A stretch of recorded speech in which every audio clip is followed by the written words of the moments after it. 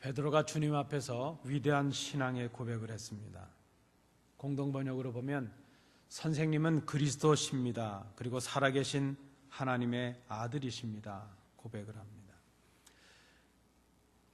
우리 주님께서는 베드로의 이 신앙 고백을 통해서 당신께서 메시아시라는 당신의 신분을 드러내셨습니다. 주님이 누구이신가 하는 것을 알게 된 이 제자들에게 이제 비로소 당신께서 하셔야 될 일, 그 사역이 무엇인가 하는 것을 드러내십니다. 그리고 그 사역은 십자가에서 죽으시는 것이었고 죽으시고 3일 만에 다시 사시는 것이었습니다. 죽음과 부활이었습니다. 제자들은 그동안 주님이 누구이신가 하는 것을 정확히는 알지 못했지만 주님을 따라왔습니다. 주님이 가졌던 특별한 능력과 그 권세에 나름대로 기대를 가지고 있었습니다. 이제 주님께서 자신들 앞에서 당신께서 메시아이신 것을 드러내 주셨습니다. 아마 그때 그 제자들은 감격했을 것입니다. 자신들이 꾸어왔던 꿈이 있었습니다. 주님과 함께 예루살렘에 올라가서 그 로마의 대적들, 그 로마의 잔당들을 다 내쫓고 이스라엘을 회복하고 이스라엘의 주권을 회복하는 그런 자신들의 꿈이 이제 눈앞으로 다가왔다, 그렇게 생각을 했을 것입니다. 그렇게 승리자요 정복자로 기대했던 주님께서 당신이 메시아시라는 그 고백을 통해서 제자들을 감격에 젖게 하는 그 순간이 채 지나지도 않을 때에 갑자기 주님께서 내가 십자가에서 죽겠다, 그렇게 말씀을 하셨습니다. 제자들의 대표격인 베드로가 펄쩍 뛰면서 주님을 막아섭니다. 그때 주님께서 그 베드로를 책망하십니다. 방금 전에 그렇게 위대한 신앙의 고백을 했던 베드로에게 사탄아, 내 뒤로 물러서라, 그렇게 말씀하십니다. 그리고 그때 그 주님께서는 제자들에게 메시아로서 당신께서 걸어가셔야 될 그 길이 어떤 길인가, 그리고 제자들이 따라와야 될 그 길이 어떤 길인가 하는 것을 말씀해 주십니다. 이 내용이 오늘 함께 읽으신 본문의 내용입니다. 여러분, 이 장면이 기가 막히지 않습니까? 우리가 그 놀이기구 중에 그 높은 곳에 올라갔다가 한순간에 떨어지는 그런 놀이기구들도 있지만, 아니 방금 전에 자신이 따르고 있는 선생님이 메시아시라는 것, 그리스도시요 살아계신 하나님의 아들이심을 고백했던 이 베드로가 지금은 그 주님 앞에서 아주 신랄한 그런 책망을 받고 있다는 것입니다. 왜 이렇게 되었을까 하는 것을 생각해 봅니다. 왜 이렇게 되었을까?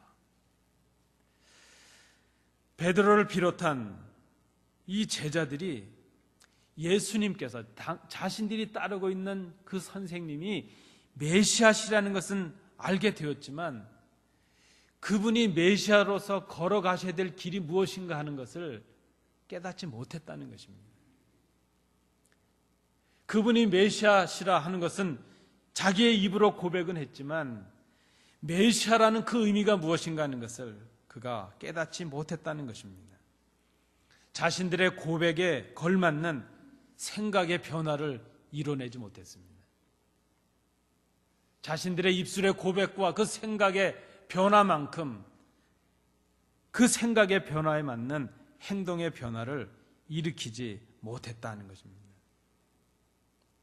여러분, 예수를 믿는 우리들에게 필요한 것이 참 많이 있습니다. 그런데 예수를 믿었다는 우리가 남기는 이 삶의 흔적 속에 나타나야 될 것이 무엇인가? 그런 말이 있습니다. 아름다운 사람은 어떤 사람이 아름다운가? 그의 머문 자리가 아름다워야 아름답다, 그렇게 말합니다.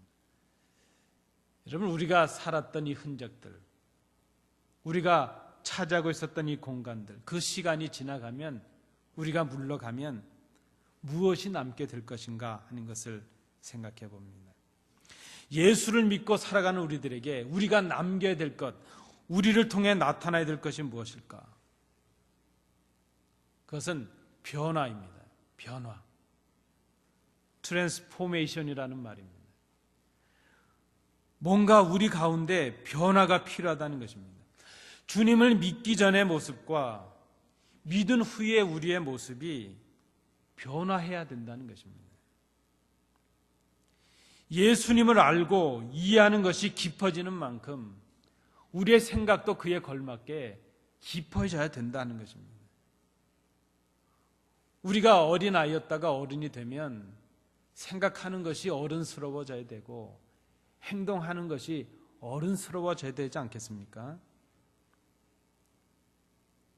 예수를 알고 이해하는 것이 깊어지는 것만큼 그렇게 생각도 깊어지고 행동도 좀 깊어지고 그렇게 성장하고 성숙한 열매들이 드러나야 된다는 것입니다. 깨닫고 알고 고백하는 것으로 끝나는 것이 아니라 그 고백이, 그 행함이, 그 깨달음이 행함으로 열매를 맺을 수 있어야 된다는 그런 말씀입니다. 그런 말이 있습니다. 교회는 배움의 공동체로 끝나서는 안 된다는 것입니다. 교회는 행함의 공동체, 실천의 공동체, 경험의 공동체가 될 수 있어야 된다는 것입니다. 그저 말로서 알고 입술로서 고백하는 것으로 끝나는 것이 아니라 몸으로 경험하고 그 고백한 것을 행함으로 실천해서 우리가 경험하고 체험하는 그런 믿음이 필요하다는 것입니다. 변화, 오늘 이 아침에 생각해 보고자 하는 말입니다. 변화. 변화에는 부정적인 변화와 긍정적인 변화가 있을 것입니다. 변화 혹은 변질 이런 말이 있죠. 근데 우리는 이미 변질이라는 말은 원래 그런 뜻이 아닌데 아주 부정적으로 쓰고 있습니다. 안 좋게 변한 것을 변질 이렇게 쓰죠. 근데 원래 단어의 의미는 질이 변하는 것이죠. 내용과 어떤 그 담고 있는 것들, 그 성질이 변하는 것, 그것을 변질 그렇게 말하죠. 부정적인 변화가 있고 긍정적인 변화가 있다는 것입니다. 여러분, 저는 오늘 아침에 김치 얘기를 좀 해보려고 합니다. 김치는 참 신기합니다. 그저 배추에 소금을 좀 절이고 고춧가루 넣고 간을 좀 하고 액젓을 좀 넣어서 버무려 놨는데 그 김치가 시간이 가면 변합니다. 변하는데 아주 오묘한 맛으로 변합니다. 우리가 김치가 그렇게 변하게 되면 그것을 익었다 그러죠. 잘 익었다 그럽니다. 좋은 변화가 나오는 것이죠. 개혁이고 개선이고 개량입니다. 좋아지는 변화죠. 우리 신앙은 그런 의미에서 잘 익어야죠. 성숙한 신앙은 잘 익은 사람이라 볼 수 있죠. 점점점 좋아지는 것이죠. 개혁되는 것이고 개선되는 것이라 말할 수 있습니다. 그런데 아무리 싱싱한 생선이라 해도 온도가 안 맞고 염도가 안 맞으면 생선도 변하는 경우가 있습니다. 근데 그렇게 변하는 것은 썩는 것이죠. 악취를 풍깁니다. 부패가 되는 것이죠. 그래서 그저 변질이라는 의미를 우리가 부정적인 단어로 쓴다면 이렇게 정리를 해볼 수 있습니다. 변화하지 못하면 변질이 된다는 것이죠. 스스로를 개혁하지 못하면 썩는 것이죠. 부패가 되는 것이죠. 익지 않으면 썩습니다. 김치도 잘못 버무려 놓으면 익지 않으면 김치가 상하죠. 썩는 것이죠. 우리가 예수를 믿음으로 거듭난 사람들이 되었다. 그것은 변화가 필요하다는 것입니다. 거듭났다는 이 사람, 다시 태어남에 대해 그 다시 태어남에 걸맞는 변화가 우리 속에 날마다 이루어질 수 있어야 된다는 것입니다. 좋아지는 변화입니다. 그 목표는 물론 주님을 닮아가는 변화요, 하나님이 기뻐하시는 변화입니다. 그것이 믿음이요, 믿음의 과정이라 말할 수 있습니다. 여러분 한번 생각해 보시죠. 예수님을 처음 믿기 시작할 그때를 기억하시고 그 이전과 그 이후 지금 우리의 모습은 어떤 변화가 있는가 하는 것이죠. 예수님의 말씀을 알았을 때, 알지 못했을 때 어떤 차이가 있고 어떤 변화가 있는가? 우리가 주님을 믿는 제자가 되고 그리스도인이 되고 신앙인이 되었다면 신앙인이기 이전의 우리의 모습과 지금 우리의 생각에는 어떤 차이가 있고 우리의 행함에는 어떤 차이가 있는가 하는 것이죠. 어떤 변화가 있는가. 요즘은 오랜만에 만난 사람에게 이렇게 얼굴이 달라 보여 그런 말하면 신뢰랍니다. 그런 말하면 안 된답니다. 그런데 가끔 TV를 봐도 오랜만에 나타나는 배우나 탤런트들이 못 알아보는 사람이 있습니다. 얼마나 고쳐놨는지 전혀 새로운 사람이 되는 분들이 있습니다. 그런 외향적인 변화를 말하는 것이 아니죠. 오늘 본문을 통해서 그리스도인들이 경험해야 될 믿음의 변화가 어떤 것인가? 오늘 본문은 세 가지로 말씀을 하고 있습니다. 첫 번째는 믿는 우리가 경험해야 될 믿음의 변화는 존재의 변화라 하는 것입니다. 우리가 새 사람이 되었음을 그 변화를 경험할 수 있어야 된다는 것입니다. 21절 말씀을 통해서 우리가 생각을 해봅니다. 우리는 죄로 죽었던 사람들입니다. 그런데 우리는 그리스도로 인해서 거듭난 사람들이 되었습니다. 다시 태어났습니다. 성경은 그래서 우리를 새로운 피조물이 되었다 이렇게 말합니다. 이것이 우리의 공로나 우리의 수고가 아니라 우리가 믿음을 통해서 은혜로 받은 선물이었다 말씀합니다. 그래서 우리가 믿음을 생각해 봅니다. 믿음이 무엇입니까? 믿음은 그리스도께서 우리 죄를 위해 십자가에 죽으셨다는 것을 믿는 것입니다. 그리고 그 주님께서 우리를 위하여 다시 사흘 만에 사셨다 하는 것을 믿는 것입니다. 그래서 주님을 믿는 우리가 새로운 존재가 되었다, 그것을 믿는 것입니다. 예수님의 은혜로 십자가의 공로로 이제 새로운 존재가 된 우리에게 우리가 생각해야 될 믿음은 주님을 따르는 것이 믿음입니다. 주님을 본받는 것이 믿음입니다. 주님의 길을 따라가는 것, 그것이 믿음입니다. 그 길은 주님과 함께 죽고 주님과 함께 다시 사는 것이라 말할 수 있습니다. 그리스도인이 누구입니까? 성도가 누구입니까? 믿는 사람이 누구입니까? 믿는 사람은 죽고 다시 사는 사람입니다. 아니, 산자입니다. 새로운 피조물입니다. 우리는 죄에 대하여 죽고 의에 대하여 다시 살아난 사람들입니다. 그리스도인은 육체와 함께 그 정욕과 탐심을 십자가에 못 박은 사람입니다. 이제는 그래서 우리가 사는 것이 아니요, 우리를 위하여 자기 자신을 버리신 하나님의 아들을 믿는 그 믿음 안에서 사는 존재가 되었습니다. 사도 바울은 그래서 그렇게 고백을 합니다. 나는 날마다 그리스도와 함께 죽고 날마다 그리스도와 함께 다시 산다 고백을 합니다. 그리스도인이 누구입니까? 성도가 누구입니까? 그리스도처럼 죽고 그리스도처럼 사는 사람. 우리가 이런 존재가 되었습니다. 우리는 죽어야 사는 사람들입니다. 그리고 죽어도 다시 사는 사람들입니다. 죽음으로 생명을 얻은 사람들이요, 죽음으로 생명을 얻은 사람들, 죽음으로 죽음을 이긴 사람들, 그 사람들이 바로 주님을 따르는 우리 그리스도인이라 하는 것입니다. 우리는 그저 세상에서 살다가 죽어 없어질 그런 존재가 아닙니다. 새로운 존재입니다. 그리스도의 자녀요, 하나님의 자녀요, 그리스도의 제자요, 그리스도와 함께 죽고 그리스도와 함께 다시 사는 새로운 존재, 새로운 피조물이 되었다는 것입니다. 여러분, 요즘 우리가 조국을 생각하면 얼마나 마음이 무겁습니까? 그저 조국뿐만이 아니라 이 나라, 우리 교회, 우리 주변, 우리 가정들을 바라보면 얼마나 안타까움이 많습니까? 그저 아쉬움 속에 우리가 한마디 할 수 있다면, 대통령이 되었으면 대통령답게 생각하고 대통령답게 어울리고 대통령답게 살아야 되지 않았을까? 그 진한 아쉬움이 남습니다.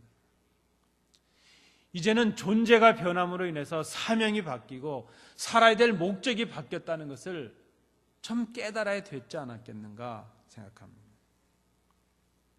여러분, 비단 대통령만 그렇겠습니까? 한 가정의 지아비가 되고 가장이 되면 가장의 삶에 합당한 삶이 있어야 되는 것처럼, 우리가 그리스도인이 되었다면 이제는 그리스도인다운 그 존재의 변화에 걸맞는 그런 삶이, 그런 생각이 우리에게 있어야 된다는 것입니다. 그리스도인이 되었는데 우리를 위해 십자가에서 예수님께서 죽으심으로 우리를 그리스도인 되게 하셨는데, 그럼에도 불구하고 아직도 어둠에 거하고 아직도 허물을 행하고 아직도 그 과거의 옛사람에 사로잡혀서 새로운 존재가 되었음을 깨닫지 못하고 있다면 이만큼 아쉬운 일이 있겠는가 말이죠. 이만큼 주님의 은혜를 무시하고 저버리는 일이 있겠는가 생각을 해봅니다. 이제 우리는 어둠에 속한 자가 아니라 빛에 속한 자요, 사탄의 노예가 아니라 주님의 종이요, 하나님의 자녀요, 이제는 어둠에 다니는 자가 아니라 빛으로 행해야 될 그리스도인이 되었음을 우리가 생각해야 될 것입니다. 내 존재가 새로워졌기에 내가 새로운 사람이 되었다는 것을 경험하는 그런 믿음, 존재의 변화를 경험한 믿음이 진정한 믿음이라 말할 수 있습니다.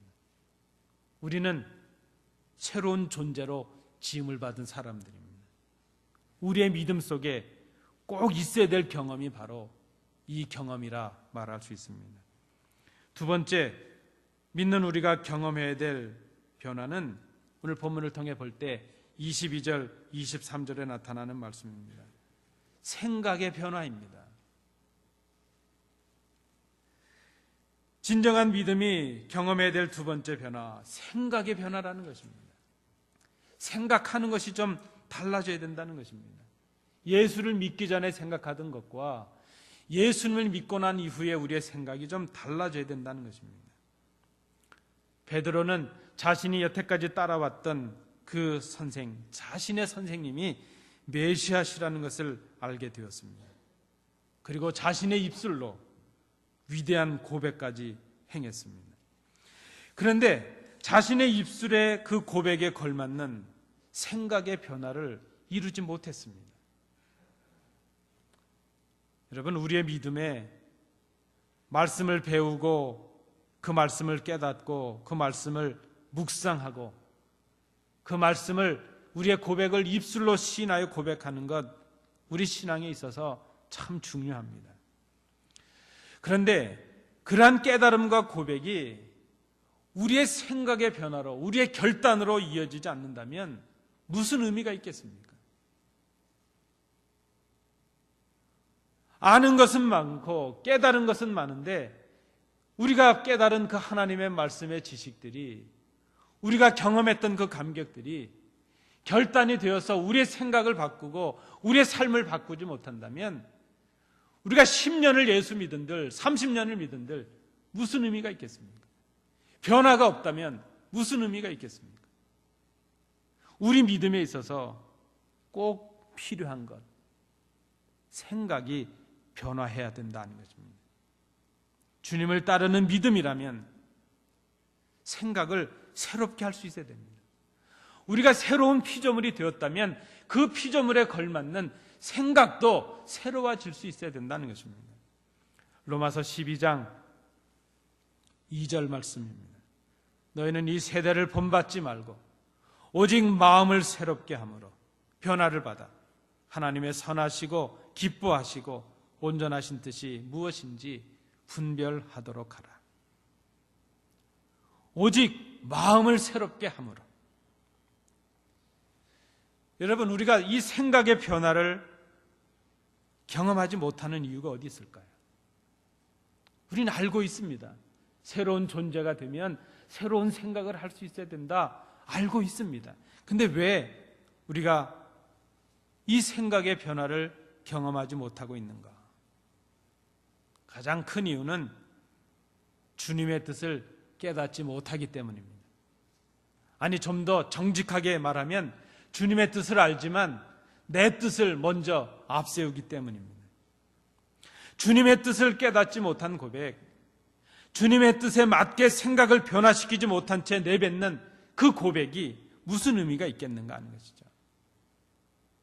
주를 위한 결단을 하지 못하는 이유는 우리의 생각의 변화를 이루지 못하기 때문입니다. 오늘 본문에 베드로가 이렇게 주님께 말했습니다. 베드로가 예수를 붙들고 항변하여 이르되 주여 그리 마옵소서, 이 일이 결코 주께 미치지 아니하리이다. 항변해서 붙들고 항변했다는 말은요, 그저 쉽게 표현하면 강압적으로 완력으로 주님을 붙잡고 꾸짖는 것처럼 책망했다 하는 그런 뜻입니다.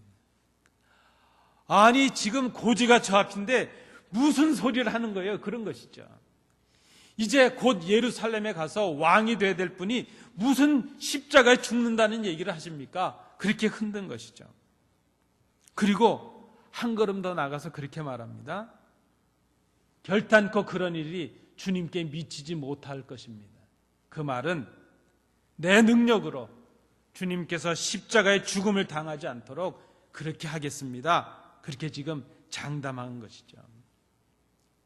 아니, 방금 전에 위대한 고백도 했고 베드로가 아마 그렇게 할 수 있을 것이라 생각을 했을지도 모르겠습니다.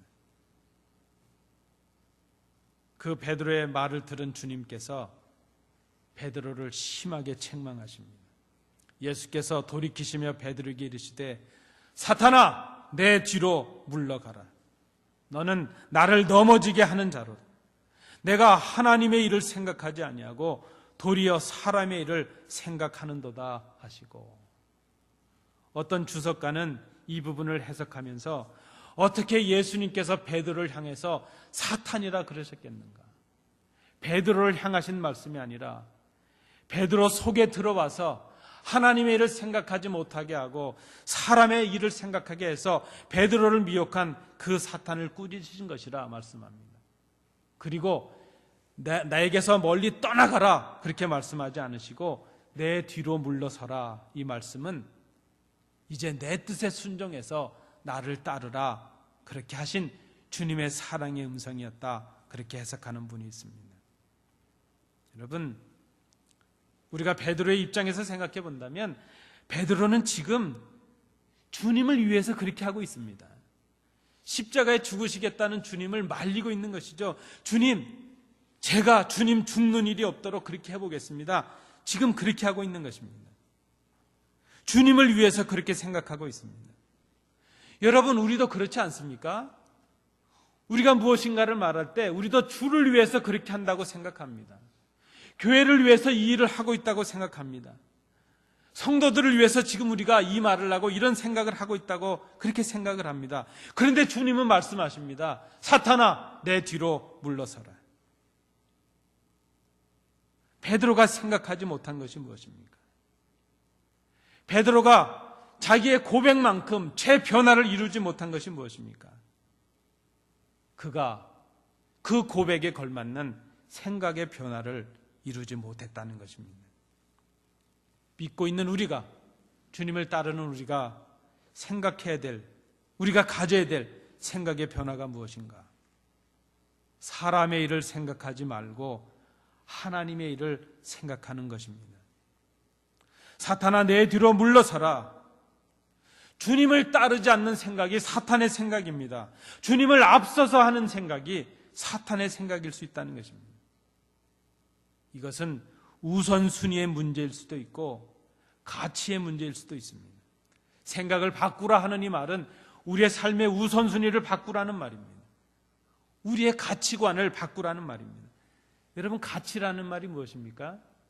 가치는 어느 것을 더 귀하게 보느냐 하는 선택과 판단의 기준이 되는 것을 가치라 이렇게 말합니다.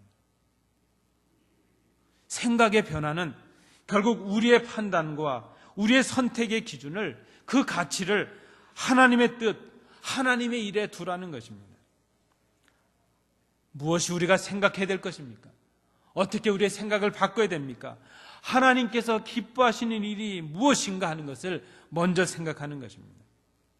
하나님을 우선하는 이 생각의 변화를 경험하는 믿음, 그 믿음이 진정한 믿음이라 말할 수 있습니다. 마지막 세 번째로 믿는 우리가 경험해야 될 변화, 그것은 행함의 변화라 말할 수 있습니다. 24절부터 26절의 말씀으로 요약을 했습니다. 그리스도인은 죽은 자에서 산 자가 되었습니다. 죄의 종이었는데 하나님의 자녀가 되었습니다. 존재가 변화했습니다. 존재의 변화에 걸맞는 생각의 변화가 필요하다 말씀을 드렸습니다. 그 생각의 변화는 하나님을 기쁘시게 할 것이 무엇인가를 생각하는 그런 변화입니다. 그런데 여러분, 존재의 변화를 생각하는 것 중요하고 생각의 변화를 이루는 것 중요한데, 그것들보다 더 중요한 것은 그러한 변화들이 행동의 변화로 이어져야 된다 하는 것입니다. 그리스도인은 말과 혀로 하는 사람이 아니라 행함과 진실함으로 하는 사람이기 때문입니다.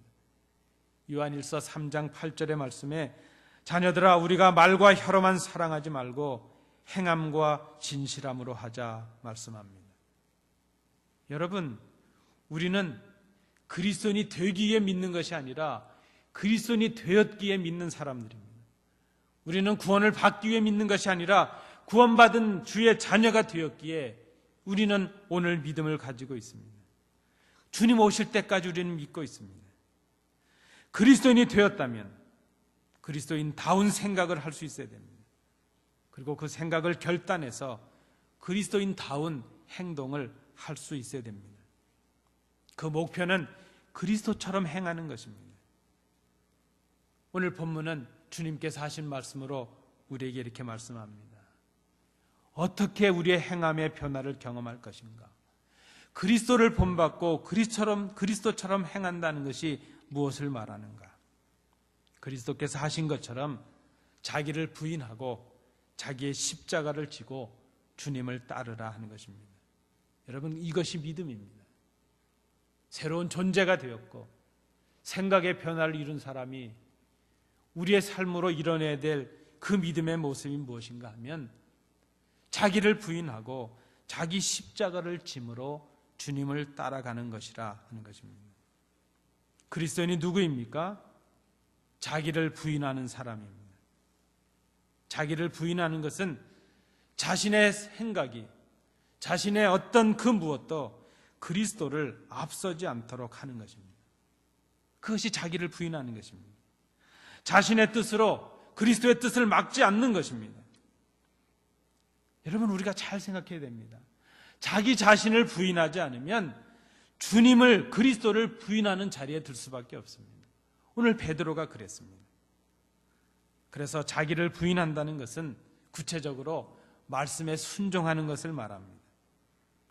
자기를 부인하는 사람은 그때 비로소 자기의 십자가를 지는 사람이 될 수 있다는 것입니다.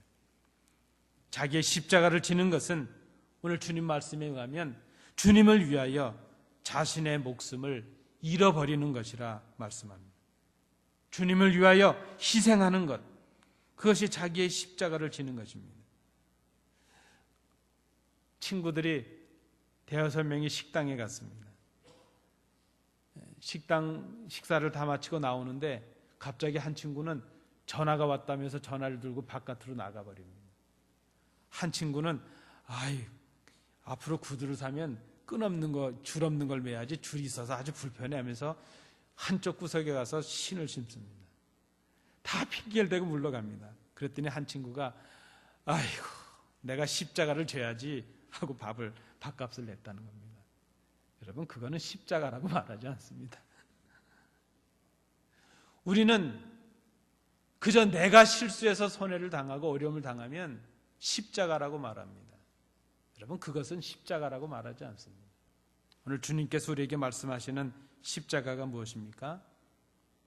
주를 위하여 희생하는 것, 주님을 위하여 내 목숨을 내놓는 것, 복음을 위하여, 교회를 위하여 나 자신을 죽이는 것, 그것이 십자가를 지는 것이라 말씀합니다. 자기의 십자가를 지는 것, 주님을 위하여 자신이 희생하는 것입니다. 주를 위하여 희생하는 것을 말합니다. 요한복음 15장 13절에 주님 말씀하셨습니다.